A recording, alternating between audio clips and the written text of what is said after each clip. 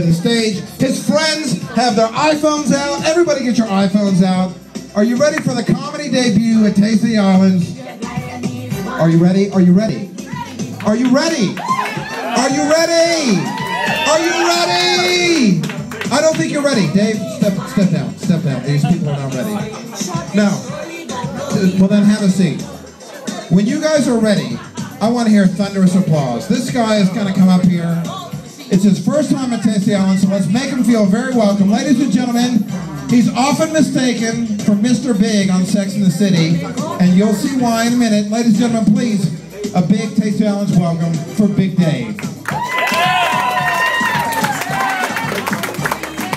All right, thank y'all, thank y'all, thank you. Well, anybody been watching The Biggest Loser? Well, I started watching it a while back. I used to weigh 465. Now I'm down to this 320. So, lost a lot of weight. Shut it. That's not something to clap about. I actually am disappointed about that. That's kind of screwed up, my life. So originally, when you're 465, you get the one thing that, well, this guy knows about it. Like, girls go home with you because of what? You're black, right? Yeah. Yeah, you know what I'm talking about. Well, whenever I was 465, women literally would go home with you because you're that fat. They think they're giving you like a charity. I was taking advantage of that charity every night. I was going to a different charity organization, 7 times a week. But, now that I've slowly started losing weight, I had to start tapping into my savings account to get hookers. Now I'm down to 320. I can't get laid to save my life. So, just don't lose weight, gain weight. Besides the fact, I was so close to that glass ceiling. 500. Who the hell weighs 500 pounds? If I would have got there, I would have probably died shortly after. But, everybody would have like, Dave weighed 500. So that would have been an accomplishment. So I was recently, to go with all my black humor, was recently dating a black lady. I catered my whole show hoping that there would be a black guy in Plano. Thank you. I didn't know the dark bus would run this far, but thanks for showing. So I was dating this black girl a while back, and it was crazy. First of all, I can understand dating a black dude, but black women, nuts. So we were sitting on the couch one night, and we were watching Gran Torino. So she pauses it, and she's like, she turns and asks me a question, and is like, she's like, I know you guys say this word a lot, not around us. And I was like, what are you talking about? I was like, I don't even have any clue what she's asking me to say. So she's like, you can say it. I know y'all guys say it all the time when we're not around.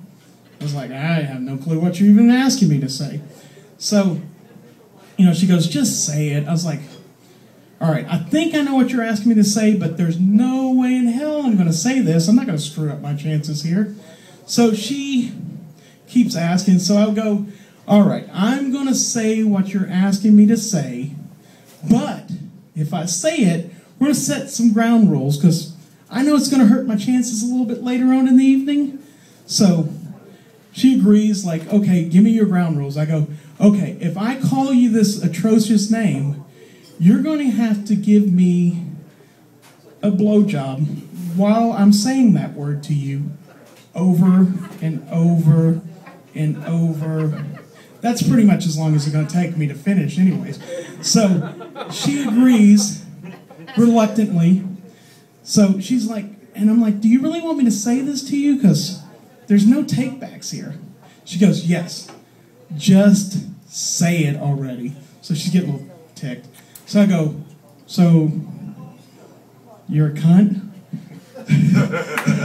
So, it was kind of fun calling her that while she was down there. Oh, you're stupid. And I can't even say it again.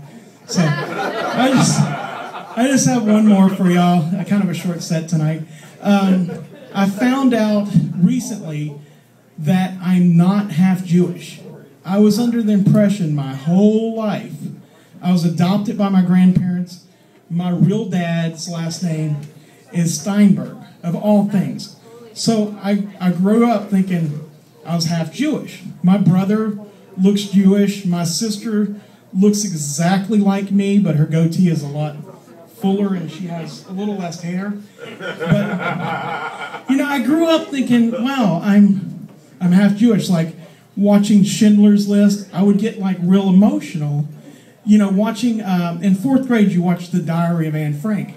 I was so mad. I was like, well, how can you do that to people? But, you know, I'm kind of thinking, I don't look anything like my brother. So, and I started, like, you know, things start clicking in your head. I'm like, I'm not funny. I can't save money. And then my grandparents that adopted me, before my grandmother died, she comes to me and she says, look, your brother and you are half brothers. Your dad, last name is Vonberg. So it made a lot of sense because I thought how much I tortured my brother growing up. Like I'd grab his head and stick it back towards the back side of me and just fart in his face. I would line him and a couple of his friends up against the wall, the Skinnersteins, and I would shoot them with my BB gun.